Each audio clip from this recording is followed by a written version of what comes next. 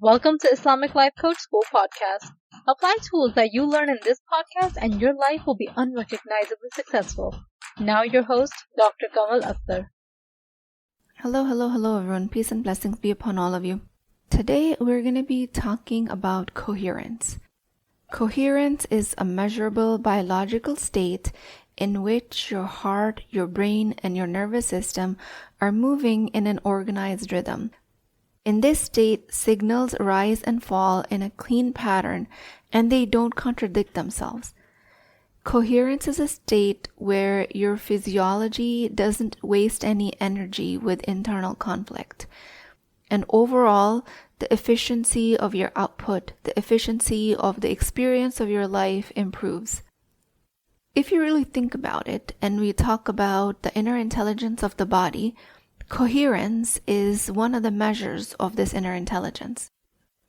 Coherence as measured by heart rate variability, and these are all definitions that I'm going to be providing you. Coherence is the measure of the order that the autonomic nervous system brings to your body. Incoherence, on the other hand, is what happens when activation in your body stays unresolved and you're trying to work efficiently and you're trying to experience positive emotions, but unfinished business has not been addressed. When a previous triggered emotion wasn't allowed to complete, the nervous system keeps firing as if it's still under threat. This is when the heart rate variability goes down. Okay, so this podcast might seem like it's very scientific, and it's possibly true, but I'm going to give you definitions of all of these terms because these are very heavily used in positive psychology today. And I want you to be able to understand at a very simple level how these terms and these research findings are foundational and absolutely life-changing if you're able to apply them. So heart rate variability refers to a phenomenon where your heart does not beat like a metronome. It does not go thump, thump, thump at the same rhythm, at the same distance every time. A healthy heart, an emotionally sound nervous system, has a heart rate where it's variable, meaning the distance and the timing between each beat changes. The tiny changes in the timing of each heartbeat is called heart rate variability, or HRV. It's a simple measure of space between heartbeats. And since the space between each heartbeat is not the same, sometimes it's shorter, sometimes it's longer. Heart rate variability refers to a measurement of how your autonomic system is functioning. Is it functioning hand in hand together towards the same goal? Or is it functioning with internal conflict, like having a foot on the gas pedal and the brake pedal at the same time, meaning it's working incoherently, because that state is highly inefficient. A heart rate variability that goes up and down in a pattern creates a sine wave, a smooth up and down peak and valley like a wave pattern. And a heart rate variability that is measured in incoherence is jagged, irregular, and erratic. So that now that you know what heart rate variability is and what coherence and incoherence is, I want you guys to be able to apply it practically, because there is no science valuable in the world more than what can be used to enhance your life.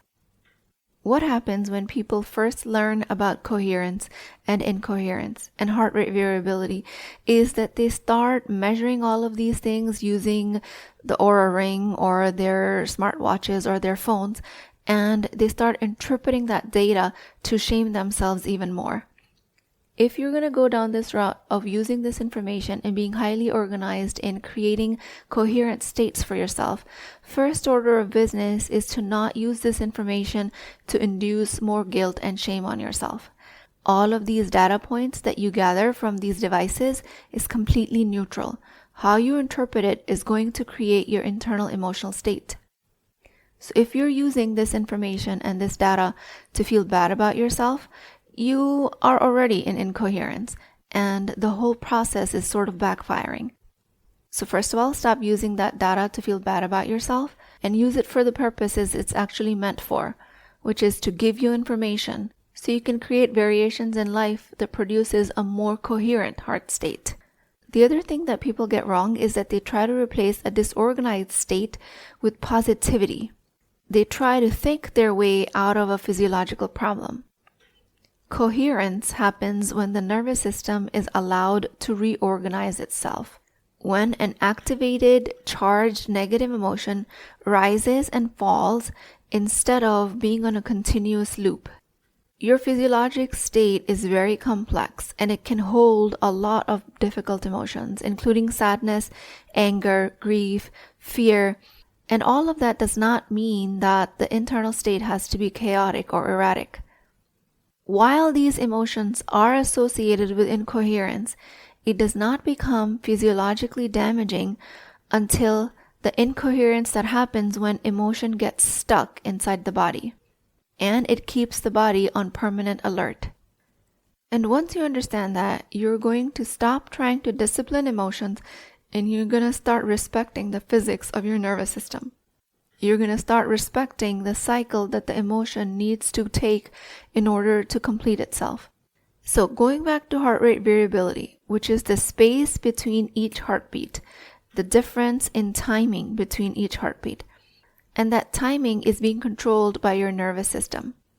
One part of your nervous system helps you speed up so you can move, focus, protect yourself, the sympathetic nervous system.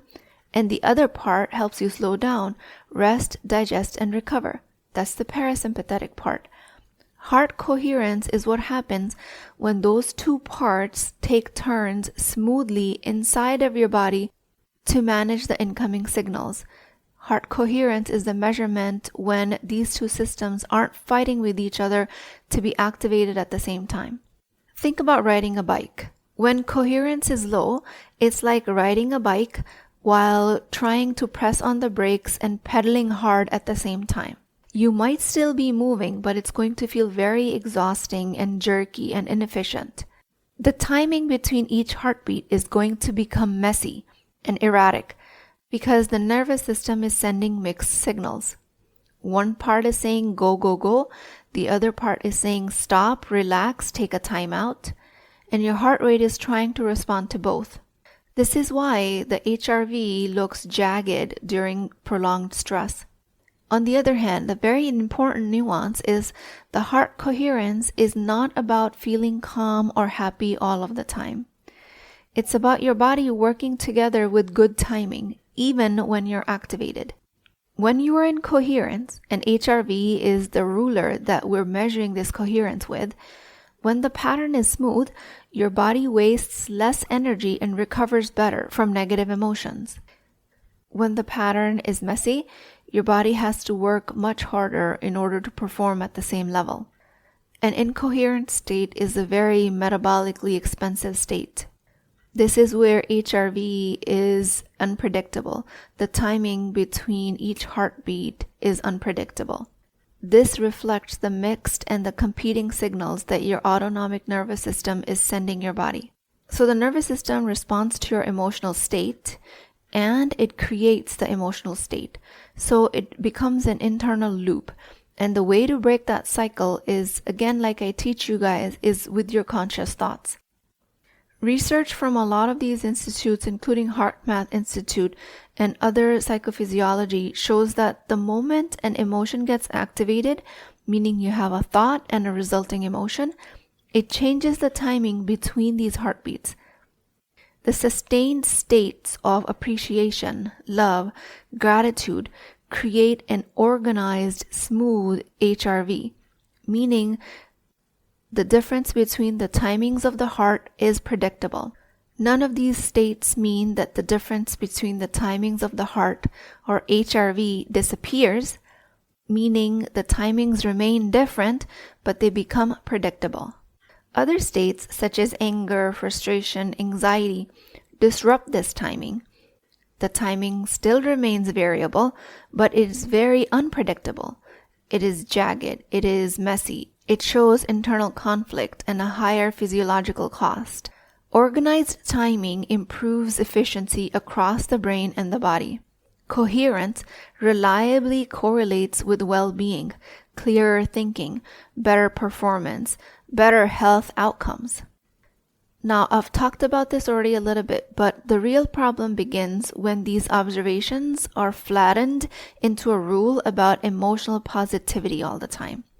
Heart math data and peer-reviewed neuroscience point out a very deep mechanism. The deciding factor if you stay in sustained, high, and organized HRV versus disorganized HRV, a state of coherence versus incoherence, the deciding factor among these two states is whether the emotional signal that you're experiencing in your body is able to reach a completion, meaning the emotion is able to be integrated, digested, organized. If that doesn't happen, the body remains active without resolution.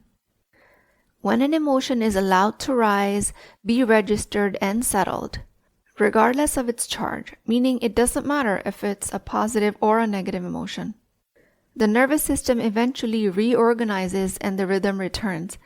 And this is the most fascinating difference. This happens regardless of whether the emotion you felt was pleasant or uncomfortable. When a negative emotion stays unfinished, when it continues to be replayed, when it's held in suspension or continued to be suppressed, the activation keeps looping and the heart rhythm stays disorganized. What HRV is really showing you is that the nervous system has the ability to track the completion and resolution of a difficult emotion.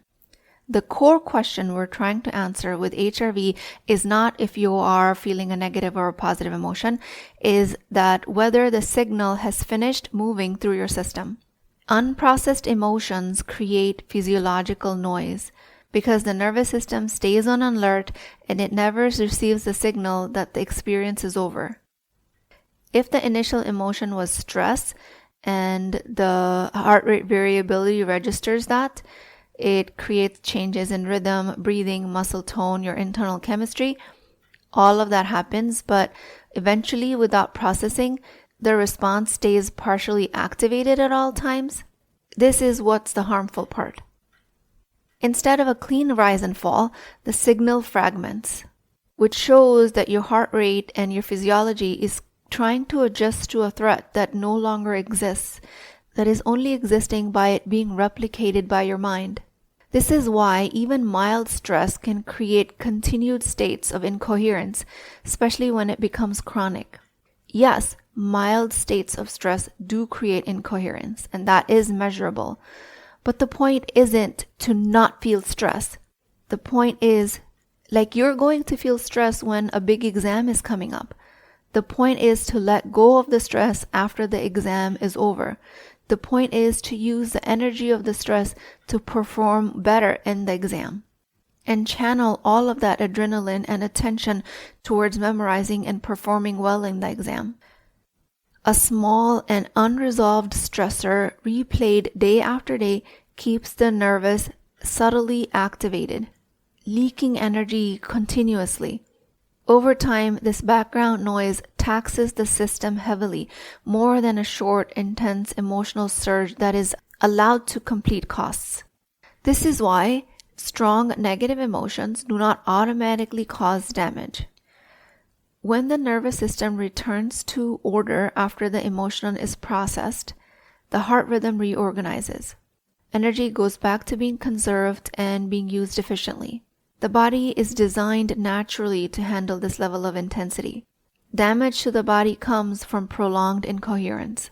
And rumination is one of the fastest ways to lock the nervous system into incoherence because it keeps the emotional signal running without allowing it to finish. Instead of responding to what is happening now, the body keeps responding to the mental signals of what is being replayed in the mind. Research shows that people who ruminate heavily have a low HRV, which signals a diminished parasympathetic regulation, a diminished rest and digest response.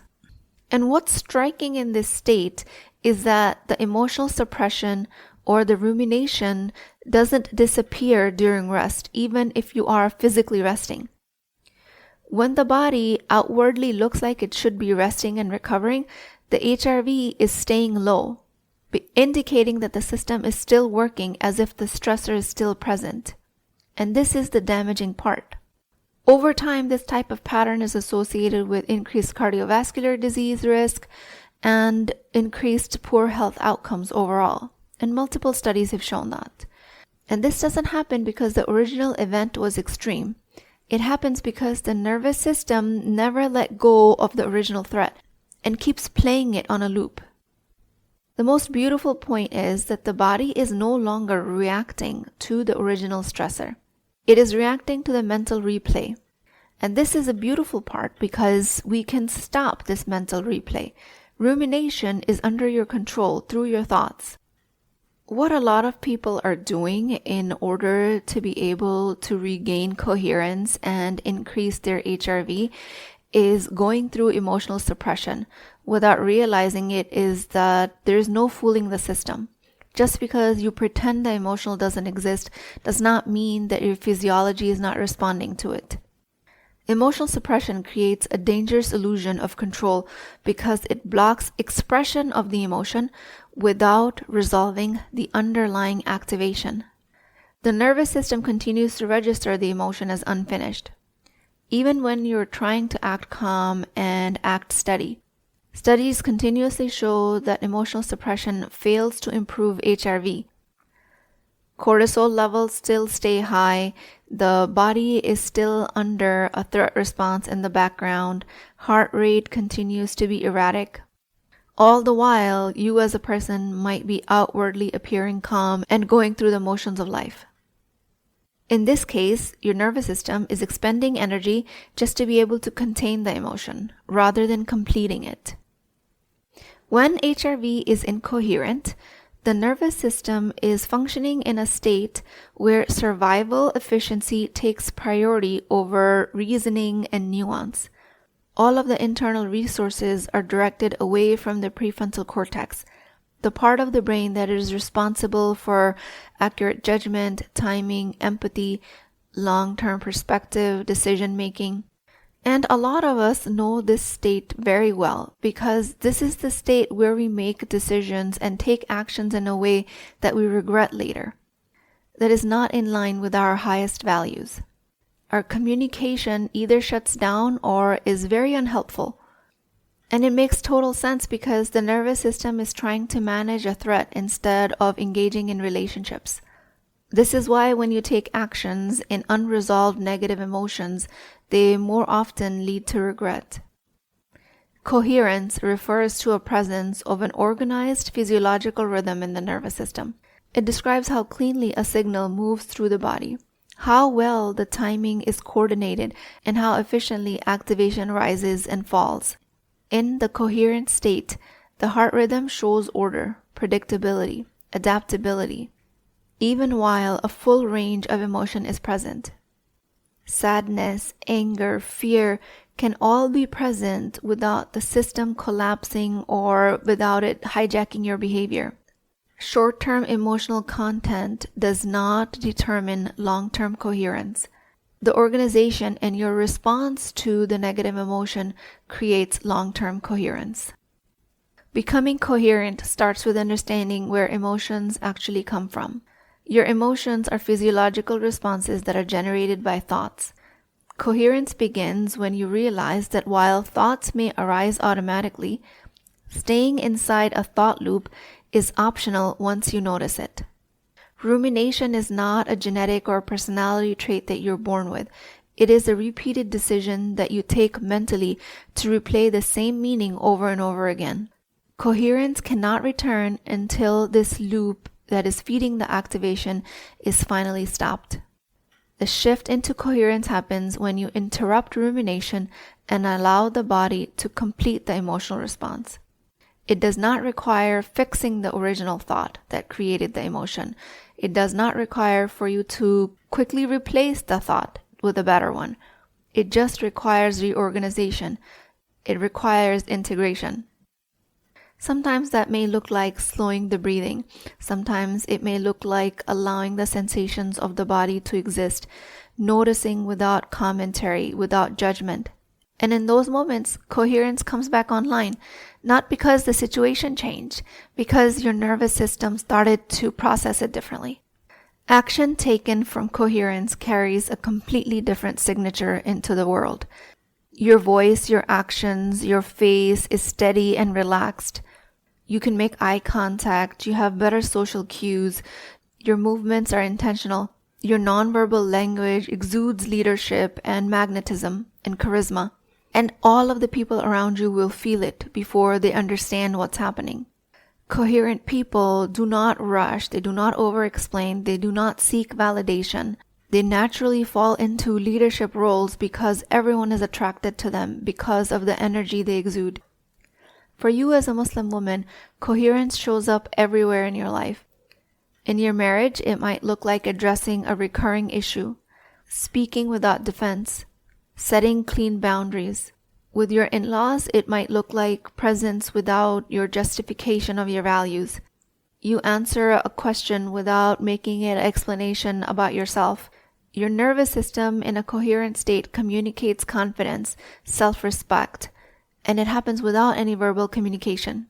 Because in a coherent state, people respond to your embodied signal of authority. In parenting, coherence looks like firmness and love without any threat. You can give an instruction once, and you can give it with authority, without any shaming or emotional bargaining. And children feel that clarity because their nervous system is also engaged to co-regulate with yours. At work or in your community leadership, coherent actions looks like speaking less and being heard more, and creating a lasting impact. In none of these states are you defending your competence. In none of these states do you have to prove yourself. What you're broadcasting through the radio station of your nervous system and other people's nervous systems are picking it up as an antenna is that you're certain and you're contained and that you're well grounded. This is the natural outcome when your nervous system is not leaking energy by trying to contain itself into survival mode. Coherence is not something you can fake or perform. When your body completes a cycle of an emotion and you break rumination, coherence is the natural outcome. From that state, your actions become clean and powerful.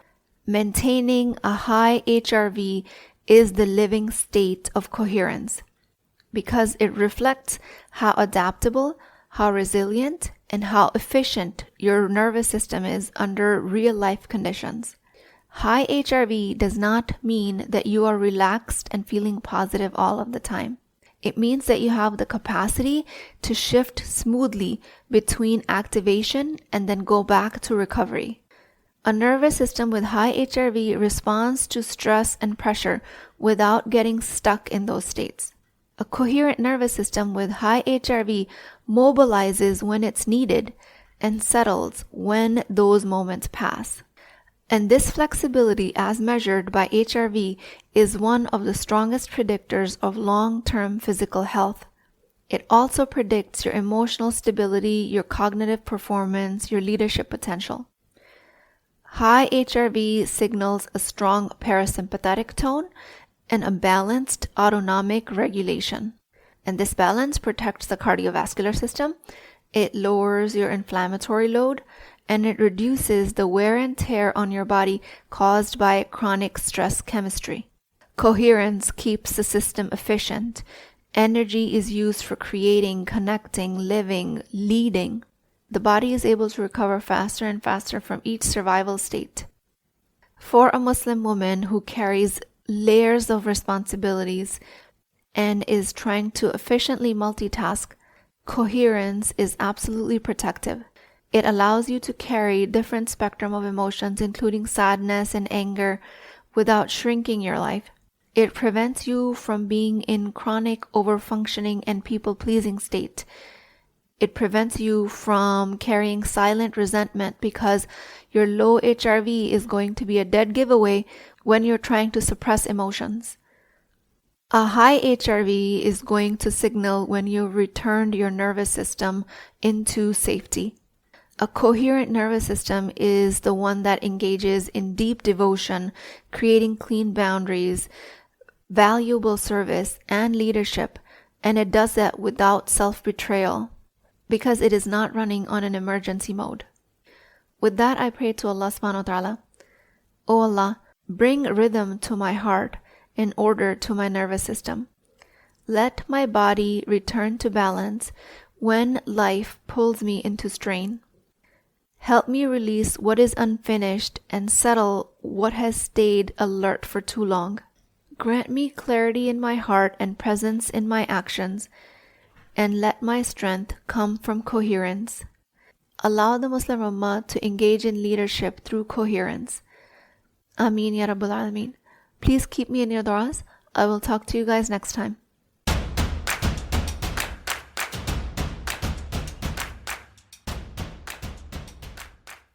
Before you go, I would love to hear from you. If this podcast spoke to you, please take a few moments to leave a review. Your words will help reach other Muslim women find this message. And think of it as a small act of sadaqah jariyah, a continuous charity, because your review could be the reason another sister finds healing. And plus, I read every single one of your reviews. They truly mean a world to me. Please take a few seconds to rate and review on the podcast platform of your choice. Inshallah, I will talk to you in the next episode.